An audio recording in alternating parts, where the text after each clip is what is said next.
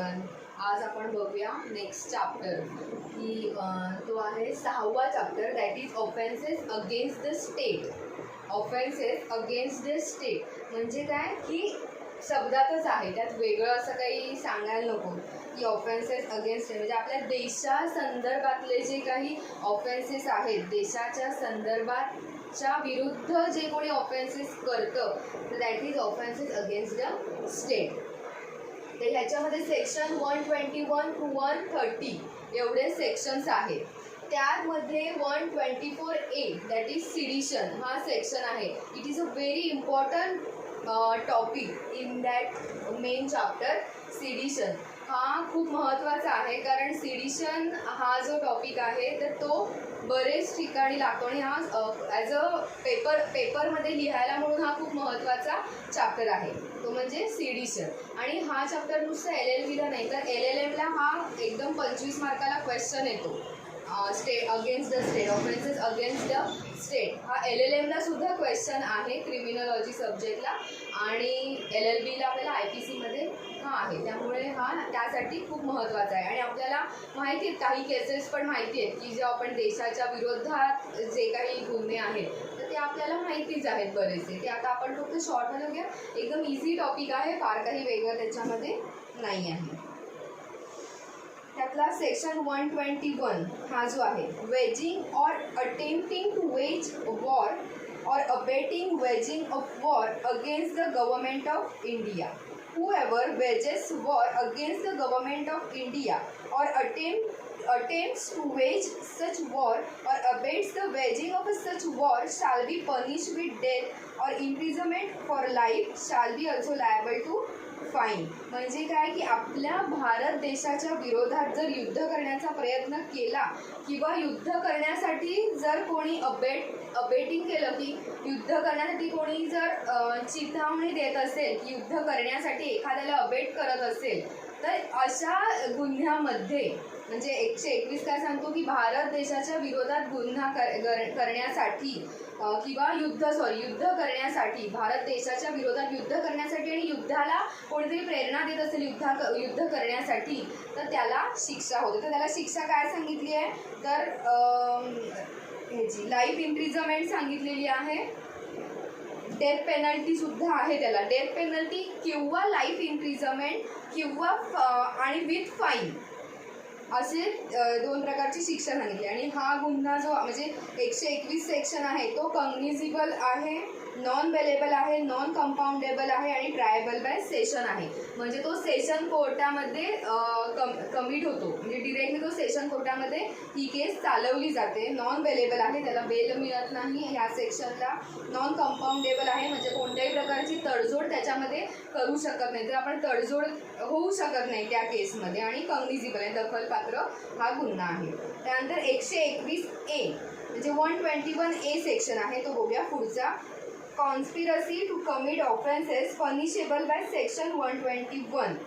ह्यात पण सेम सांगितलेलं आहे. ह्यात असं सांगितलं आहे की आत्ता जो 121 सेक्शन जो आपण बघितला पहिला 121 तो काय होता की भारत सरकारच्या विरोधात युद्ध पुकारणे किंवा युद्ध पुकारायला चिथावणी देणे हा सेक्शन होता.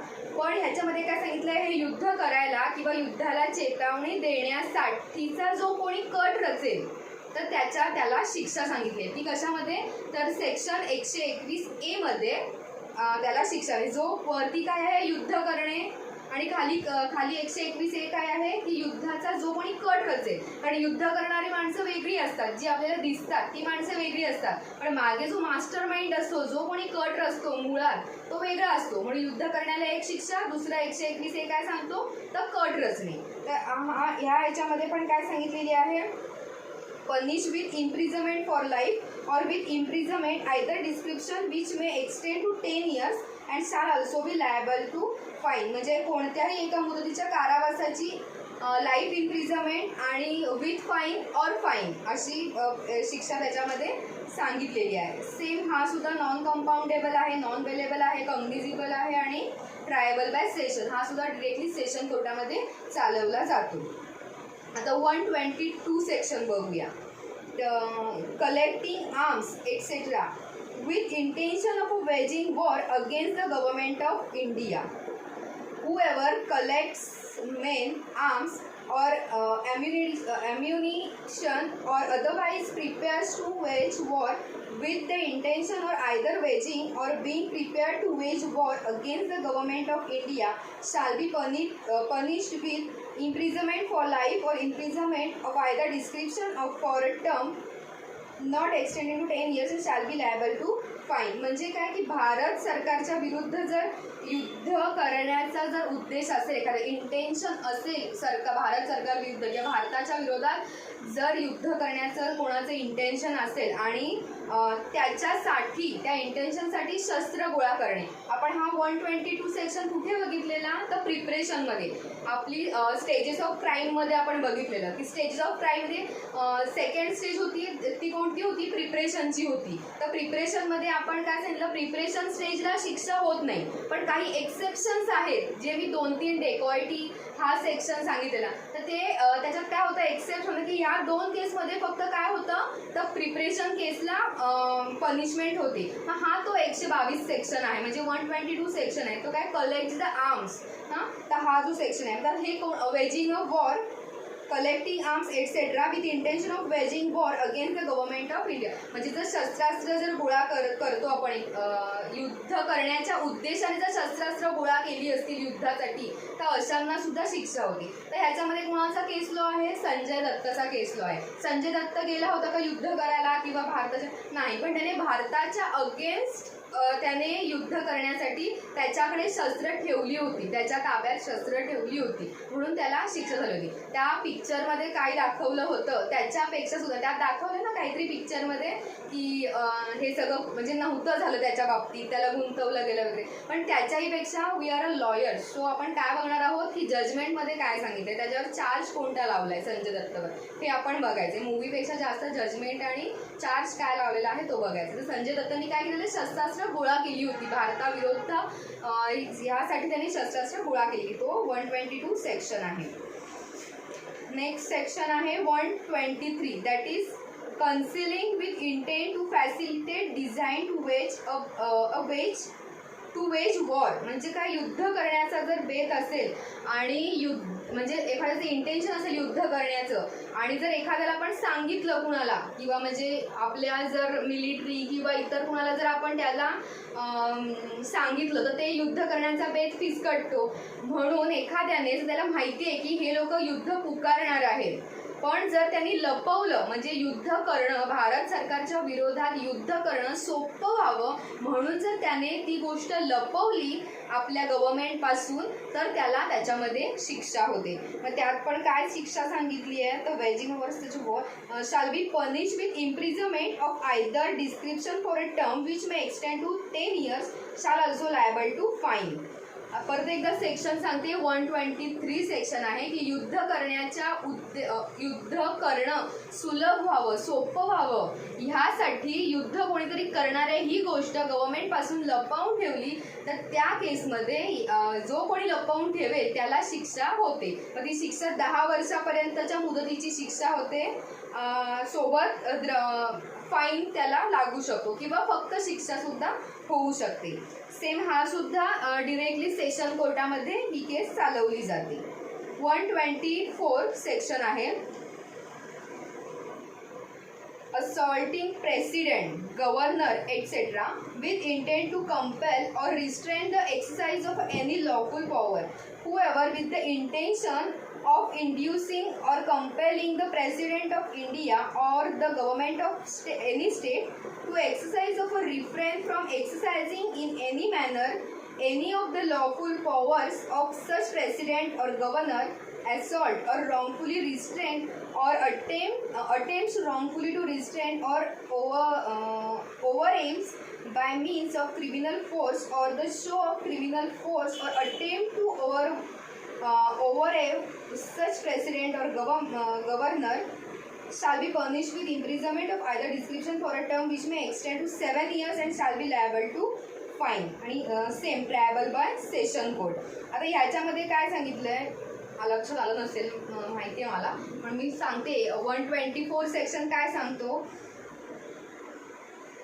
जर राष्ट्रपती आणि राज्यपाल यांना जर लक्षात आलं की काहीतरी गडबड आहे, म्हणून राष्ट्रपती किंवा एखाद्या पर्टिक्युलर राज्याचे राज्यपाल वगैरे जे असतात, तर त्यांनी जर काही कायदेशीर अधिकार ते आपले, म्हणजे जर आपण संचारबंदी लावतो किंवा इतर आपण जे काही लागू करतो कायदेशीर बाबी, ज्या काही देशाच्या सुरक्षतेसाठी राज्यपाल म्हणा किंवा देशाचा संदर्भ घेतला तर राष्ट्रपती काही गोष्टी ज्या असतात, म्हणजे आपले जे कायदेशीर अधिकार ते जर वापरतात त्यांच्याकडे, तर त्यांना त्या वापरण्यापासून रोखण्यासाठी, की त्यांनी ते वापरू नयेत, तर ते वापरण्यापासून रोखण्यासाठी किंवा ते रोखण्यासाठी त्यांना भाग पडणं राष्ट्रपती किंवा राज्यपालांना, आणि त्या उद्देशाने ते त्यांनी वापरू नयेत ते अधिकार, म्हणून त्या उद्देशाने राष्ट्रपती किंवा राज्यपालांवर हल्ला करणं, जसं की आपल्या संसदेवर वगैरे हल्ला झालेला, ती जी आपली केस आहे तसं, तर ते एखादी भारताविरोधात जर कोणी काही करत असेल आणि हे जर राज्यपाल किंवा राष्ट्रपतींना याची माहिती मिळाली,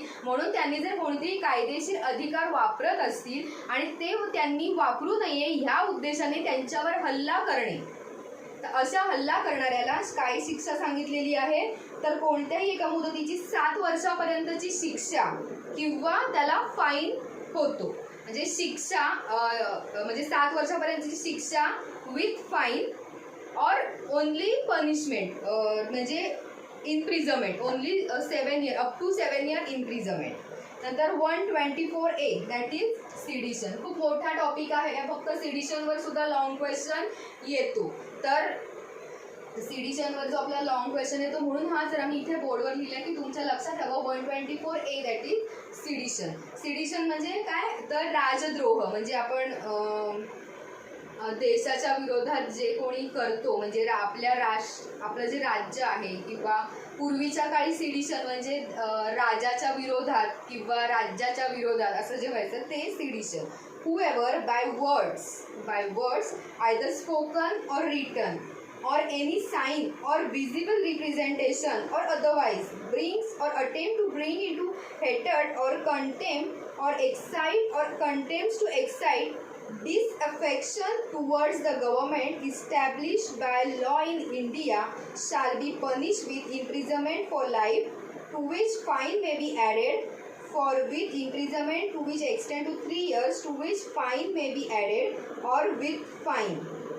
म्हणजे काय, राजद्रोह म्हणजे जो कोणी भारतामध्ये कायदेशीर स्थापन केलेल्या प्रशासनाबद्दल एखाद्या म्हणजे हेटर्ड और कंटेम्प्ट म्हणजे द्वेषपूर्वक असं जर भावना निर्माण करत असेल किंवा ती भावना निर्माण करायचा कोणी प्रयत्न करत असेल, की अशा प्रकारचा जो प्रयत्न आहे तो लेखी, तोंडी, रिटर्न, स्पोकन वर्ड्स किंवा एखादा साईन दाखवून किंवा विजिबल रिप्रेझेंटेशन, जसं की आपण ॲनिमेटेड हल्ली काय काय गोष्टी करतात आणि ते सेंड करतो आपण मेल थ्रू किंवा कोणत्याही थ्रूचं आपण जे काही अशा गोष्टी वापरतो, किंवा काही म्हणजे कुठेही ते एखादं चित्र काढून ठेवणं किंवा की ज्याच्यातनं देशाच्या विरोधात काहीतरी दर्शवलं जातंय किंवा बोललं जातंय, दर्शवलं जातंय, अशा ज्या काही गोष्टी होतात किंवा अशा गोष्टी जो कोणी करतो. आता आपण काही केस बघितल्या, काही केस लॉ आहेत बघा, म्हणजे देशाच्या विरोधात पंजाबचा एक केस लॉ आहे, भारताच्या विरोधात त्या लोकांनी भारताच्या विरोधामध्ये घोषणा दिल्या होत्या, भारत विरोधी अशा घोषणा त्या लोकांनी दिल्या होत्या की खलिजिस्तान जिंदाबाद वगैरे अशा, म्हणजे पाकिस्तानाच्या फेवरमध्ये आणि अगेन्स्ट टू इंडिया अशा काही त्यांनी घोषणा दिल्या होत्या, म्हणून त्या मुलांना अटक केली होती. अशा आपल्या अजूनही बरेचसे केस लॉ आहेत सिडिशनवर. तुम्ही जर सर्च केलं तर तुम्हाला बरेचसे फेमस केस लॉज और जजमेंट्स तुम्हाला दिसून येतील. असे जजमेंट्स आहेत सिडिशनवर की भारत सरकारच्या विरोधात किंवा कोणत्याही एखादं राज्य असेल किंवा जे कायदेशीररित्या जे स्थापन झालेलं आहे, आपलं कायदेशीररित्या स्थापन झालेलं आहे ना, म्हणजे महाराष्ट्र, आपण महाराष्ट्र दिन साजरा करतो, म्हणजे काय की त्या दिवशी महाराष्ट्र एक स्वतंत्र असा राज्य स्थापन झालं. असं जे काही स्थापन झालेलं स्वतःचं राज्य, देश जो कोणता आहे, तर त्या विरोधात जर एखाद्याने घोषणा दिल्या किंवा कोणते शब्द वापरले, मग ते आयदर रिटन और स्पोकन और विजिबल रिप्रेझेंटेशन, म्हणजे कोणतेही देखावे काढलेले असतील भारताचा विरोध दर्शवणारे, भारतात राहून किंवा भारताबाहेर असेल तरी सुद्धा भारताच्या विरोधात त्यांनी काही केलं, शिवाय त्यांनी देखावे असतील किंवा कम्प्युटरवर आपण काही मेल सेंड करतो, ॲनिमेटेड काही इमेजेस बनवतो किंवा काही व्हिडिओज बनवतो आणि असं जर काही सेंड केलं असेल तर त्याच्यामध्ये सिडिशनच्या अंडर त्याला शिक्षा होते. त्याच्यामध्ये त्याला इम्प्रिझमेंट, लाईफ इम्प्रिझमेंट सांगितलेली आहे विथ फाईन अशी त्याला पनिशमेंट सांगितलेली आहे. आता त्यांनी खाली ना बेअर ॲक्टमध्ये खाली एक्सप्लेनेशन दिलेलं आहे. तर एक्सप्लेनेशन कोणत्या शब्दाचं आहे तर डिसअफेक्शन हा जो शब्द आलेला आहे, to excite disaffection towards the government establish by law in India, हा जो वरती शब्द आलाय सिडिशनमध्ये. आपण आता मी का सांगते हे तर एक्सप्लेनेशन आपण जो दुसरा टॉपिक बघितला ना एक्सप्लेनेशन, त्यात काय दिलेलं प्रत्येक शब्दाच्या डेफिनेशन दिले होते की ज्या इथे तुम्हाला आता जेव्हा आपण हे शिकू पुढे सगळे सेक्शन त्याच्यामध्ये येणाऱ्या शब्दाच्या ज्या डेफिनेशन्स आहेत या आधीच तुम्हाला सेकंड टॉपिकमध्ये चॅप्टरमध्ये दिलेले आहेत. पण आता डिसइफेक्शन हा शब्द नवीन आला सिडिशनच्या डेफिनेशनमध्ये, म्हणून त्यांनी खाली लगेचच तुम्हाला एक्सप्लेनेशन दिलेलं आहे डिसअफेक्शन शब्दाचं. म्हणजे आपण त्याला मराठीत अप्रीती असं म्हणतो. म्हणजे प्रीती म्हणजे प्रेमाने आणि अपोजिट वर्ड आहे अप्रीती. म्हणजे जे काही मराठी आता तर मराठी आता एक्झाम तर आपल्या कॅन्सल झाल्यात, पण मराठी मीडियमचे जे कोणी पेपर लिहिणार होते तर त्यांनी हे असे शब्द लिहिणं गरजेचं होतं. म्हणजे अप्रीती हा शब्द, देखावा, आपण जे विजिबल रिप्रेझेंटेशन, आपण नॉर्मली मराठीत हा शब्द वापरत नाही, पण हे शब्द असे आले पाहिजेत. राजद्रोह, सिडिशन म्हणजे काय तर राजद्रोह, तर हे असे शब्द आले पाहिजे. हे मराठी मीडियमच्या स्टुडंट्सना साठी खास होतं. तर disaffection includes disloyalty and all feelings of enmity. म्हणजे काय की कोणत्याही शत्रुत्व किंवा देशद्रोहाची जी भावना आहे, म्हणजे इंटेन्शन कोणतं असलं पाहिजे की देशद्रोहाचं असं इंटेन्शन आणि शत्रुत्व त्यात दिसलं पाहिजे. तर अशा प्रकारचं जे आहे ते डिसइफेक्शन हा शब्द तिथे एक्सप्लेन केलेला आहे.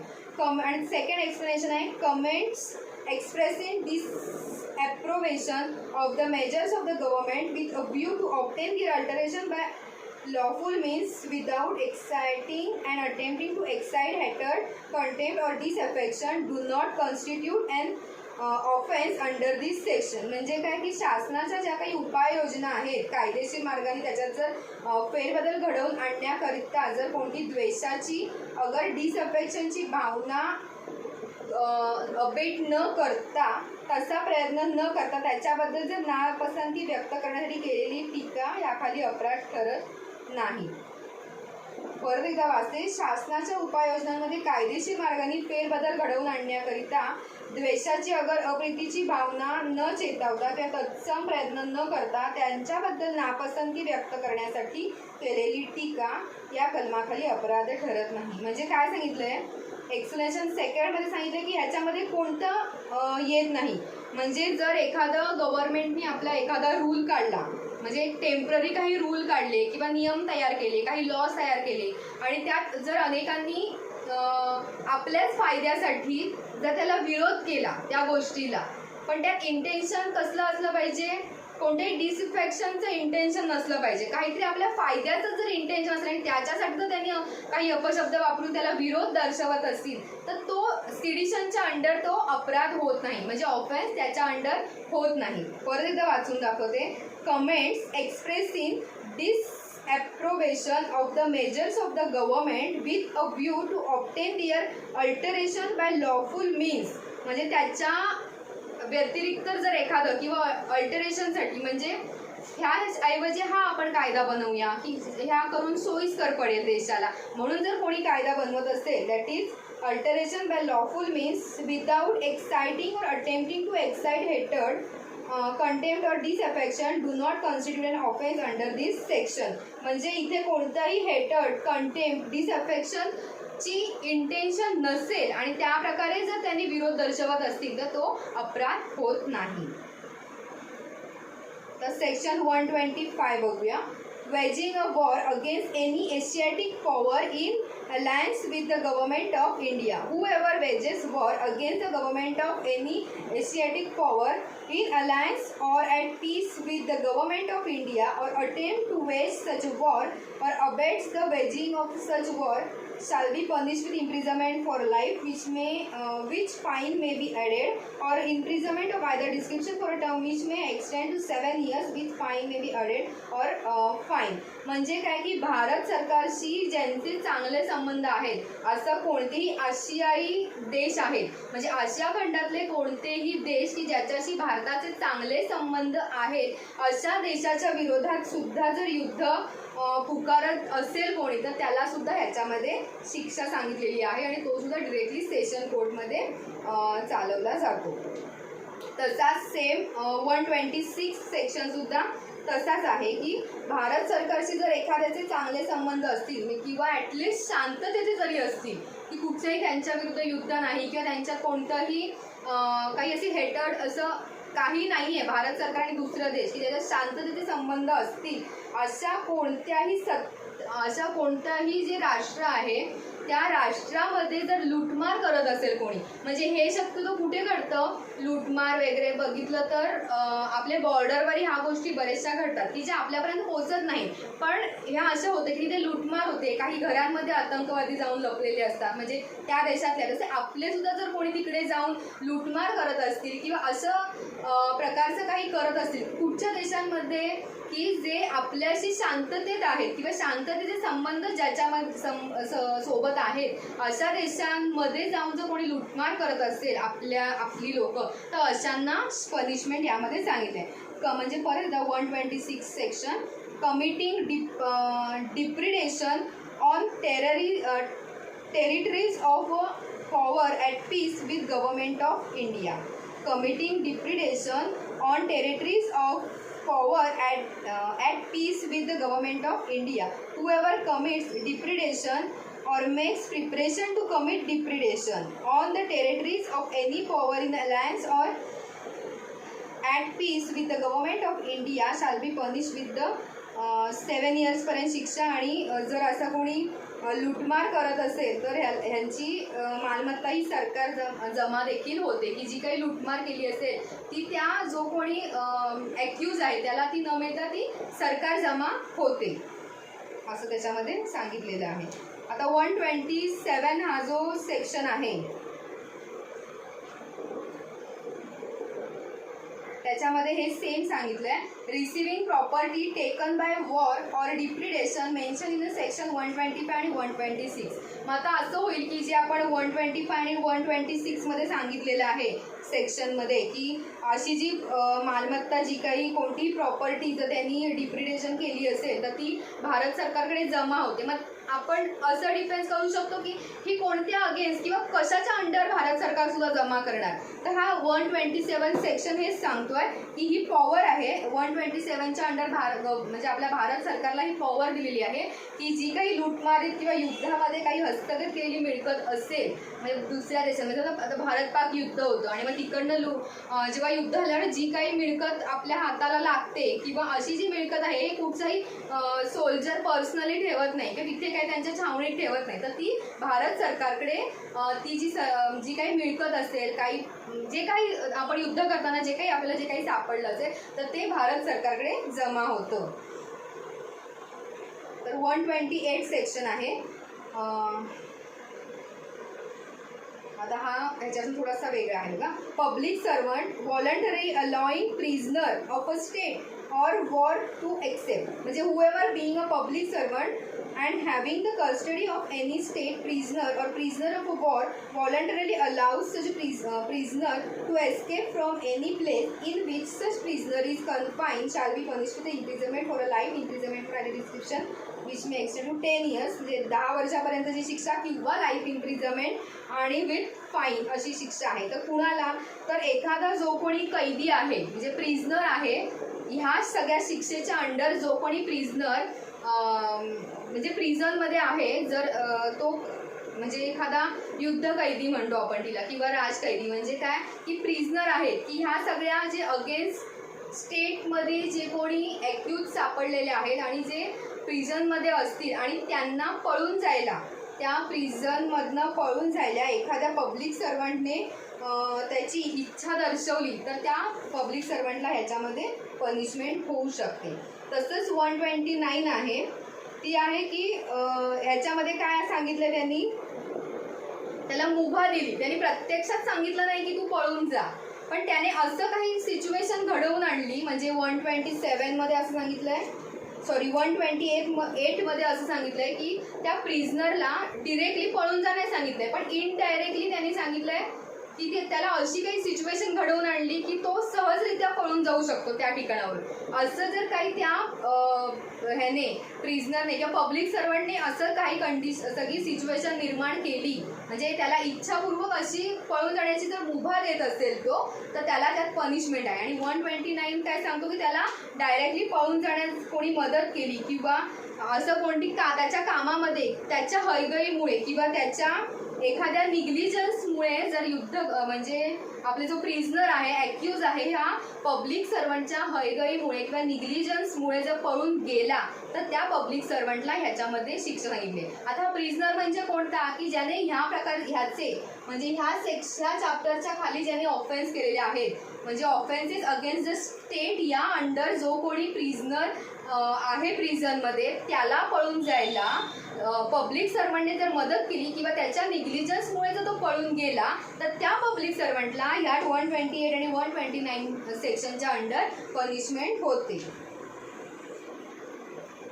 त्यानंतर लास्ट सेक्शन आहे, दॅट इज 130.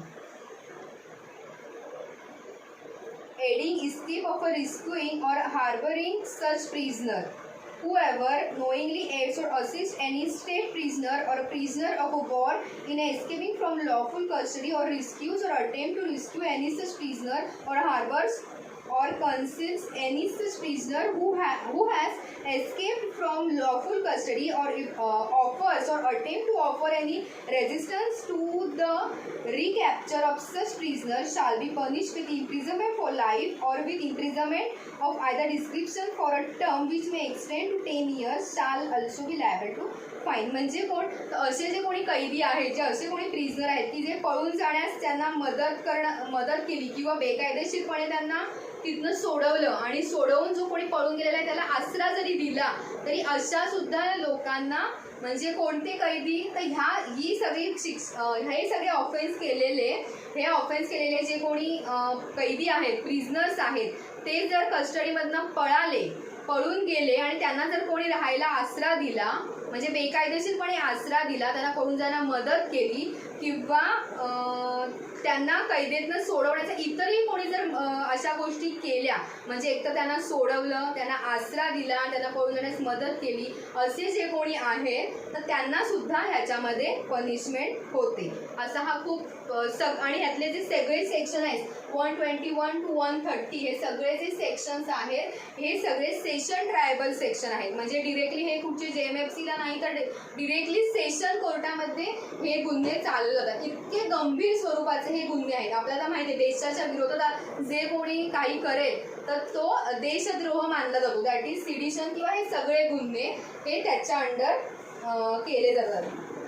म्हणजे एकतर युद्ध करण्यास चिथावणी देणे, शस्त्रास्त्र आपल्याकडे गोळा करणे, म्हणजे युद्ध करण्याच्या उद्देशाने गोळा करणे, आपल्या विरोधी म्हणजे आपल्या भारत देशात इतका विचार केलेला आहे कायदे बनवताना की आपल्यामुळे दुसऱ्याला सुद्धा त्रास होऊ नये, हा सगळ्याचा विचार आपलं कॉन्स्टिट्यूशन किंवा आपले कायदे बनवताना केले आहे. म्हणजेच आपले जे सेक्शन आपण बघितले पुढचे जे होते 124 मध्ये, त्यात त्यांनी काय सांगितलेलं, एखाद्या आशियाई कंट्रीमधले जे कोणते आशियाई खंडातले जे कोणते देश आहेत आणि ज्याच्याशी आपले चांगले संबंध आहेत अशा देशांना सुद्धा त्रास होईल अशा प्रकारचा सुद्धा कोणता गुन्हा आपण करत असू तर तशा सुद्धा लोकांना ह्याच्यामध्ये शिक्षा सांगितलेली आहे. किंवा असा कट रचला तरी त्याला शिक्षा आहे, शस्त्रास्त्र गोळा केली त्याला शिक्षा आहे.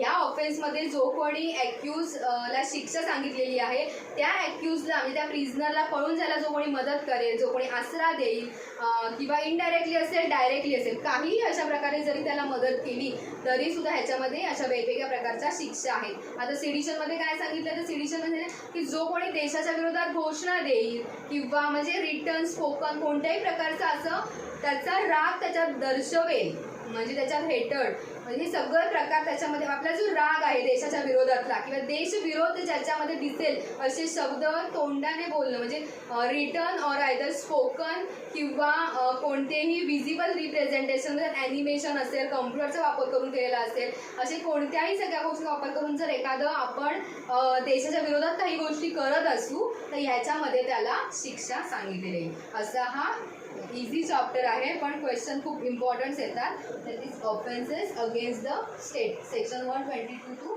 130. Okay, thank you.